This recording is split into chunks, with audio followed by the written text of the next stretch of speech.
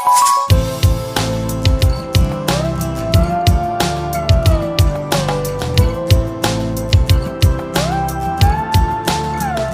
everyone, this is Ram from SDS Sainik Academy. Sainik school entrance exam అంటేనే ఒక రకంగా toughest exam. చాలా competition ఉంటుంది.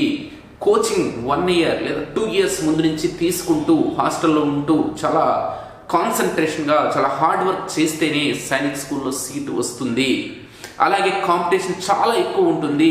అలాగే మనకి కట్ ఆఫ్ మార్క్స్ అనేవి ఎవ్రీ ఇయర్ పెరుగుతూ ఉన్నాయి. 270+ మార్క్స్ వస్తేనే 300 మార్క్స్కి సీట్ వస్తుంది. ఇలా మనకి కొన్ని ఎవరో ఒకరు చెప్పినవి కావచ్చు, ఏదో ఒక యూట్యూబ్ ఛానల్లో చూసినవి కావచ్చు, ఎక్కడైనా చదివినవి కావచ్చు, ఇలాంటివి కొన్ని ఉంటాయి. వీటిలో కొన్ని మాత్రం వాస్తవాలు, చాలా వరకు మనకి అవాస్తవాలు. ఇక్కడ కట్ ఆఫ్ పెరిగిన మాట మాత్రం వాస్తవం. ఎందుకంటే పేపర్ డెప్త్ అనేది ఆ లెవెల్ ఆఫ్ డెప్త్ని బట్టి కట్ ఆఫ్ అనేది పెరిగింది. కాంపిటీషన్ ఎక్కువగా ఉన్నది అన్నది కూడా వాస్తవమే. అయితే పేపర్ చాలా టఫ్గా ఉంటుంది అనేది మాత్రం ఒక రకంగా ఎవరికి టఫ్గా ఉంటుంది అనే దాన్ని మనం ప్రశ్న వేసుకోవాలి. ఎవరికి టఫ్గా ఉంటుంది? ప్రిపేర్ కానటువంటి ప్రతి పర్సన్కి కూడా టఫ్గానే ఉంటుంది. అంటే ప్రిపేర్ కావడంలో కొన్ని టెక్నిక్స్ పాటించిన వాళ్ళకి టఫ్గా ఉంటుంది. అలాగే ప్రిపేర్ అవుతూ కూడా జనరల్గా సబ్జెక్ట్ని రీడ్ చేసుకుంటూ జనరల్గా ఎగ్జామ్స్ రాసుకుంటూ వెళ్ళే వాళ్ళకి కూడా టఫ్గా ఉంటుంది. నేను చెప్పే పాయింట్స్ ప్రతి ఒక్క స్టూడెంట్ కూడా కేర్ఫుల్గా వినండి. వీలైతే మీ పేరెంట్స్ కూడా విని మీకు ఇంకా అర్థమయ్యేలాగా చెప్పండి. ఇక్కడ పేపర్ అనేది టఫ్గా ఎవరికి ఉంటుందంటే ప్రిపరేషన్ చేస్తారు అయినా టఫ్గా ఉంటుంది. చాలా ఎగ్జామ్స్ రాస్తారు అయినా టఫ్గా ఉంటుంది. ఎలా, ఏం చేయాలి అనే దాని గురించి నేను ఒక సిరీస్ని స్టార్ట్ చేయబోతున్నాను. SDS Sainik academy is going to start a series by tips. అంటే కొన్ని టిప్స్ని కనుక మనం ఫాలో అవుతే మీరు ఆల్రెడీ ప్రిపేర్ అయినప్పటికీ చాలా వెల్ ప్రిపేర్డ్, మీరు చాలా ఎగ్జామినేషన్ రాసినప్పటికీ కూడా కొన్ని టిప్స్ని కనుక మీరు పాటిస్తే, ఆ టిప్స్ని మీరు ఎగ్జామినేషన్లో యూజ్ చేస్తే డెఫినెట్గా మీరు అనుకున్నటువంటి దానికంటే ట్రెమెండస్ సక్సెస్ అనేది మీకు వచ్చి చేరుతుంది. ఖచ్చితంగా సక్సెస్ వచ్చేసి మీరు డోర్ ఓపెన్ చేసే వరకు నాకు చేస్తూనే ఉంటుంది. ఇది వాస్తవం. సో మరి స్టూడెంట్స్ జాగ్రత్తగా నేను చేయబోయేటువంటి సిరీస్ని ప్రతిరోజు కూడా ఒక క్వశ్చన్ని తీసుకొని మీకు ఎక్స్ప్లెయిన్ చేయడం జరుగుతుంది. ప్రతి ఒక్క స్టూడెంట్ కూడా దీనిని వాచ్ చేసి ఫాలో చేయండి. అండ్ ఆల్సో మీరు దీన్ని ఇంప్లిమెంట్ చేయడానికి ట్రై చేయండి. ఊరికే నేను ఏదో ఒక క్వశ్చన్ చెప్పాను దాన్ని చూసి వదిలేయడం కాదు. ఆ క్వశ్చన్ని మీరు ఎలా అనలైజ్ చేసుకోవాలి. ఓకే, ఇలా ఉంటుందని. ఎలా ఉంటాయి ఆ క్వశ్చన్స్ అంటే ఆప్షన్ బేస్డ్గా ఉంటాయి. కొన్నిసార్లు క్వశ్చన్ని బాగా 1 or 2 times రీడ్ చేస్తూ ఉండాలి. కొన్నిసార్లు ఆప్షన్స్ని చెక్ చేసుకుంటూ ఉండాలి. Like prime numbers, even numbers ఇలాంటివి ఉన్నప్పుడు ఆప్షన్స్ని చెక్ చేసుకుంటూ వెళ్ళాలి. అలాగే డివిజిబిలిటీ రూల్స్ వచ్చినప్పుడు కూడా ఆప్షన్స్ని చెక్ చేసుకుంటూ వెళ్ళాలి. అలాగే మనకి లాంగెస్ట్ క్వశ్చన్ కొంచెం లెంతీగా ఉందంటే 1 or 2 times క్వశ్చన్ని రీడ్ చేయాలి. నిజానికి ఒక్క వాస్తవం నేను చెప్తున్నాను చూడండి. యాక్చువల్గా ఈ వీడియో నేను టిప్స్ని స్టార్ట్ చేస్తున్నాను అని చెప్పడానికి, ఎందుకు టిప్స్ అవసరం అని చెప్పడానికి ఈ వీడియో మూలం. ఇందులో నేను ఇప్పుడు ఈ వీడియోలో ఏ క్వశ్చన్ కూడా ఎక్స్ప్లెయిన్ చేయను. నెక్స్ట్ వీడియో నుంచి డైరెక్ట్ క్వశ్చన్కి వద్దాము. అసలు ఎందుకు ఇవి అవసరం? ఎందుకు మనం డైరెక్ట్గా ప్రిపరేషన్ చేస్తే సరిపోతుంది కదా? ఒక ఆన్లైన్ కోచింగ్ లేదంటే డే స్కాలర్ లేదా ఎక్కడైనా హాస్టల్లో ఉండి కోచింగ్ తీసుకుంటే సరిపోతుంది కదా? కానీ ఈ టిప్స్ ఎందుకు అవసరమో ఎగ్జాక్ట్గా దానికోసం ఈ వీడియోలో నేను మనం చర్చించుకుందాం. అసలు ఎందుకు ఈ టిప్స్ అవసరం అంటే, కొన్నిసార్లు మనం ఏం చేస్తామంటే బై హార్ట్ మెథడ్లో చేసుకుంటాం. లేదంటే కొన్నిసార్లు మనం చాలా రెగ్యులర్ వేలో వెళ్తూ ఉంటాం. కానీ అక్కడ రెగ్యులర్ వేలో వెళతారు, కానీ మీకు ఆ క్వశ్చన్ సొల్యూషన్ చేయడానికి 2 minutes లేదా 3 minutes పడుతుంది. నేను వాస్తవానికి మనకి 2.5 గంటల ఎగ్జామ్, 2.5 hours ఎగ్జామ్ ఉంటుంది మనకి. ఈ 2.5 hours ఎగ్జామ్లో నిజంగా కనుక మీరు చేయగలిగితే 2 hours ఇంకా చెప్పాలంటే 1.5 hour కూడా ఎగ్జామ్ కంప్లీట్ చేసేలా ఉంటుంది. కానీ మీరు అలా చేయొద్దు. 2.5 hours కంప్లీట్గా చేయండి, కానీ 1.5 hour చేయొచ్చు. మిగతా టైంని ఏం చేయాలి అనేది కూడా నేను చెప్తాను. ఎలా అంటే మనకి నార్మల్గా నేను చెప్పేది, ఎప్పుడు కూడా చెప్పేది 2.5 hours మినిట్స్లో కన్వర్ట్ చేస్తే 150 minutes అవుతుంది. అలాగే ఆల్ క్వశ్చన్స్ మ్యాథ్స్ కానీ ఇంగ్లీష్, జీకే, ఇంటెలిజెన్స్ తీసుకుంటే మీకు 125 క్వశ్చన్స్ ఉంటాయి.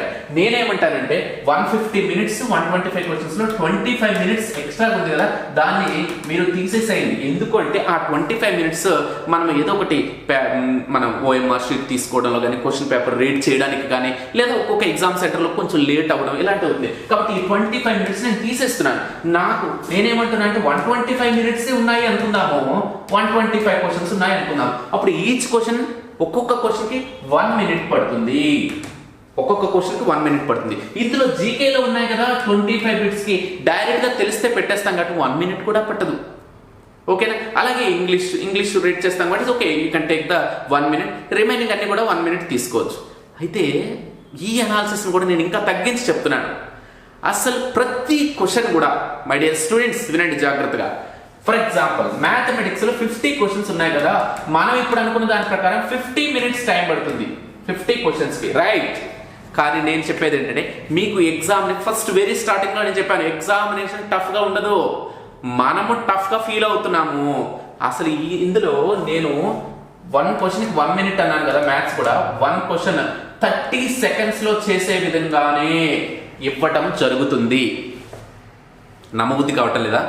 ఎగ్జాక్ట్లీ 30 సెకండ్స్లో మీరు చేసేయచ్చు. ఎలా సార్ అంటే దానికోసమే ఈ సిరీస్, ఈ టిప్స్ 30 సెకండ్స్లో చేస్తాం. ఎందుకు సార్?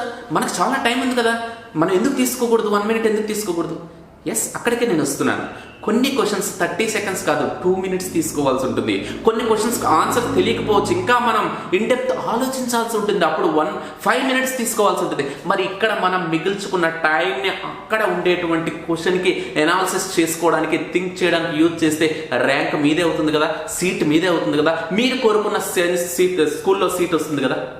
దానికోసమే ఈ సిరీస్. ఎందుకు నేను ఈ టిప్స్ అనే సిరీస్ని స్టార్ట్ చేస్తున్నా అంటే ఈ పాయింట్స్ మీకు చెప్తున్నాను, ఇట్లా ఉంటుంది ఎగ్జామినేషన్ అని. ఇవన్నీ ఎవరు చెప్తారు? క్యాజువల్గా మనం ఏం చేస్తాము, ఏదో ఒక సిలబస్ చెప్తాము, ఈ క్వశ్చన్స్ వస్తాయని చెప్తాము. మ్యాథమెటిక్స్ ఈ సిలబస్లో చదువుకోండి, ఇంటెలిజెన్స్ ఇది చదువుకోండి, జీకే ఈ ఏరియాస్ టచ్ చేయండి, అలాగే ఇంగ్లీష్ ఈ గ్రామర్ చూసుకోండి అని చెప్తాం. కానీ ఎగ్జామినేషన్ ఓరియంటెడ్లో ఆ 2.5 అవర్స్లో స్టూడెంట్ ఎలా బిహేవ్ చేయాలి, స్టూడెంట్ క్వశ్చన్ ఎలా రిసీవ్ చేసుకోవాలి, question is not the question, question is the ఒక మనకి address, question is the address. So మనం ఆ అడ్రస్ని వెతుక్కుంటూ వెళ్ళాలి. Okay, question is not a question, question is an information given by the examiner. ఆ information ఇచ్చారు వాళ్ళు, ఆ ఇన్ఫర్మేషన్ బేస్ చేసుకుని ఒక అడ్రస్ని ఫైండ్ చేయాలి అని కనుక మనం తెలుసుకుంటే ఎగ్జామినేషన్ ఎప్పుడు కూడా ఫియర్ ఉండదు, హార్డ్ ఉండదు, టఫ్ ఉండదు, చాలా ఈజీ 30 సెకండ్స్లో చేసేయచ్చు. మీకు నమ్మబుద్ధి కావట్లేదా?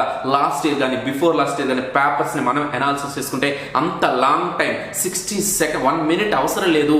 ముందు మనం 1 మినిట్ అనుకున్నాం, అది కూడా అవసరం. 1 మినిట్ అంటే ఏంటో చెప్పనా?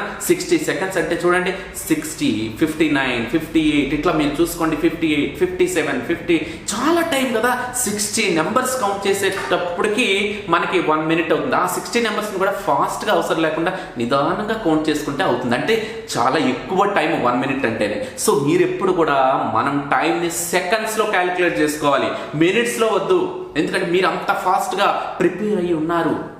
నా ప్రతి మాట కూడా మై డియర్ స్టూడెంట్స్ మీరు చాలా జాగ్రత్తగా, చాలా నిశ్చితంగా పరిశీలించండి. ఎందుకంటే మీరు ఈ వీడియోని చూసినట్లయితే మీలో కాన్ఫిడెన్స్ లెవెల్స్ ఇంకా పెరగాలి. ఎందుకు? మీరు చాలామంది చాలా పెద్ద క్వశ్చన్స్ ఉంటాయి, squares, square roots, averages, linear equations, వీటిలో చాలా ఆలోచించడానికి అసలు ఏమీ కాదు. మీరు ఆల్రెడీ ప్రిపేర్ అయి ఉన్నారు, మీరు ఇంప్లిమెంట్ చేయడానికి విత్ ఇన్ సెకండ్స్లో చేసేయచ్చు. అలాగని సెకండ్స్లో రాంగ్ పెట్టమని నా ఉద్దేశం కాదు. క్వశ్చన్ని కనుక పర్ఫెక్ట్గా అనాలిసిస్ చేసుకుంటే 30 సెకండ్స్లో అయిపోతుందని ఉద్దేశం. మీరు 1 మినిట్ తీసుకోండి, పర్వాలేదు. దేనికి తీసుకోవాలి? 1 మినిట్ దేనికి తీసుకోవాలో చెప్తాను. 30 సెకండ్స్లో మీకు ఆన్సర్ వచ్చేసింది. ఇప్పుడు రిమైనింగ్ ఇంకొక 30 సెకండ్స్ ఉన్నాయి. ఈ 30 సెకండ్స్ నేనేమంటానంటే నువ్వు 25th క్వశ్చన్కి ఆన్సర్ పెట్టాలి. 25th క్వశ్చన్కి మీకు ఆన్సర్ అనేది ఆప్షన్ 3 వచ్చింది. ఇప్పుడు ఓఎంఆర్ షీట్కి వెళ్ళు. ఓఎంఆర్ షీట్లో మళ్ళీ అనుకో 25th question, yes 25th question option 3 అని 2 times 3 times నేను కరెక్ట్గా పెడుతున్నాను. ఇది చాలా ఇంపార్టెంట్. ప్రతి ఒక్కరు ఆన్సర్ చేసేస్తారు, కానీ ఓఎంఆర్ షీట్ దగ్గరికి వచ్చేసరికి ఆన్సర్ వేరే ఆప్షన్కి పెట్టేస్తున్నారు, వేరే క్వశ్చన్కి పెట్టేస్తున్నారు. ఆప్షన్ ఆన్సర్ ఒకటే ఉంటే ఒకలాగా ఉంటుంది. అక్కడ ఆన్సర్ అనేది 2 వచ్చింది, ఆప్షన్ 3లో ఉంది, కానీ ఆన్సర్ 2 కాబట్టి ఆప్షన్ 2ని బబుల్ చేస్తూ ఉంటారు.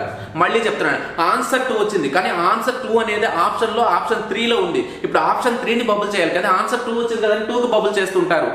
చాలా కదా, మనం ఇంత కష్టపడి చేసాము, ఆ ఒక్క పాయింట్లో కనుక మనకి మార్క్ మిస్ అయితే ఎంత బాధ. 3 మార్క్స్ మ్యాథ్స్ అయితే, రిమైనింగ్ అయితే 2 మార్క్స్. ఇక్కడ 1 మార్క్ కూడా కాదు, 2 మార్క్స్, లేదా మ్యాక్సిమం అయితే మ్యాథ్స్ అయితే 3 మార్క్స్ పోతాయి. మిగతావన్నీ కూడా 2 మార్క్స్ క్వశ్చన్స్ కదా, మ్యాథ్స్ ఒకటే 3 మార్క్స్. మరి చాలా జాగ్రత్తగా ఉండాలి కదా పబుల్ చేసేటప్పుడు కూడా. అందుకే నేనేమంటానంటే ఈ 1 మినిట్లో 30 సెకండ్స్ మళ్ళీ ఒకసారి నేను 25th క్వశ్చన్కే పెడుతున్నాను కదా, ఎందుకంటే మధ్యలో కొన్ని క్వశ్చన్స్ మనకి టఫ్గా ఉండి వాటిని వదిలేస్తాం. దానికి కూడా ఒక టిప్ చెప్తాను, వదిలేసిన క్వశ్చన్లు ఎట్లా చేయాలి అనేది. బట్ ఇప్పుడు దీన్ని కంటిన్యూ చేస్తాను, ఈ టాపిక్ని వదిలేస్తాం కదా. మరి అలాంటప్పుడు వదిలేసిన క్వశ్చన్ మళ్ళీ బబుల్ చేసే ఛాన్స్ ఉంటుంది. కాబట్టి 25th క్వశ్చన్కే కదా నేను ఆన్సర్ పెడుతున్నాను.